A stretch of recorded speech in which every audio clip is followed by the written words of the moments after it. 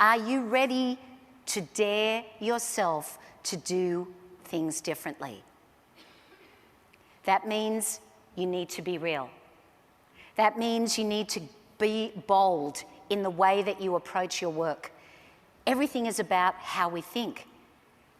How you interact with people is everything. Are you being genuine? Are you being yourself? Are you putting yourself out there? The most startling statistics that I found, according to Gallup, according to the CEO of Gallup, how many of you have heard this number? They say that when it comes to leaders, that only 10% have the God-given talent to authentically lead. They say 33% of leaders are disengaged. That's not the workforce, that's the leadership.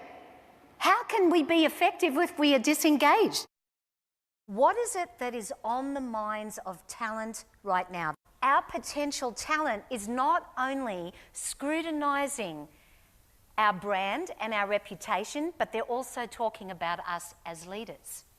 So as much energy and effort as we are putting into looking at their resume, looking at whether they're the right fit, guess what? They are doing exactly the same thing.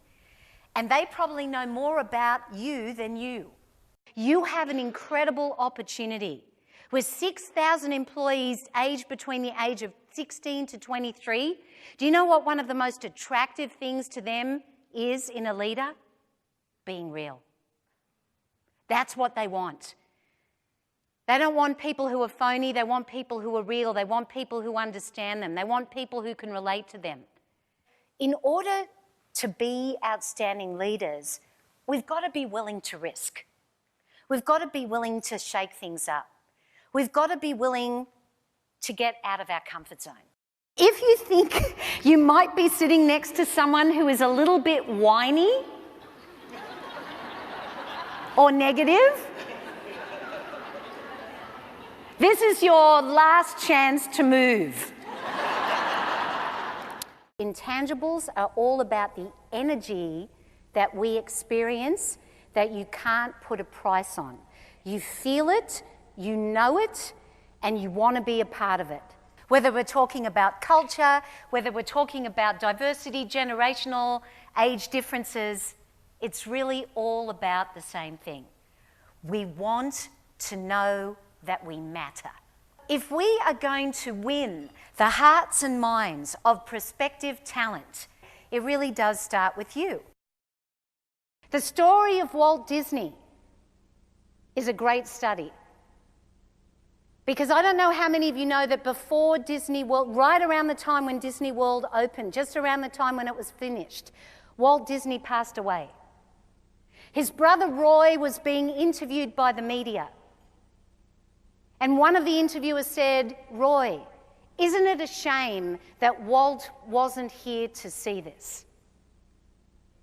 And Roy replied, "He did see it. And that's why we're here."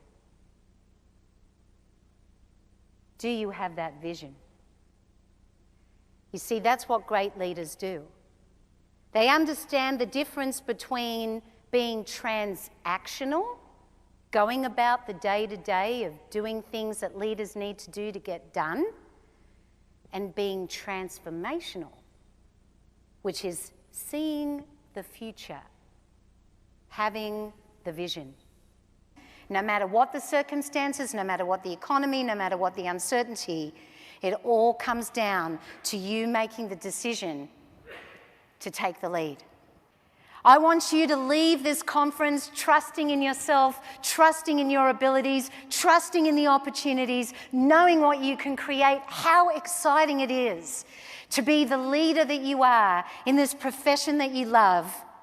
And so as I wrap up, I want to encourage all of you to enjoy the rest of the conference, to be in the moment and take the lead, because you and I, at every turn, we always have the opportunity to lead ourselves first.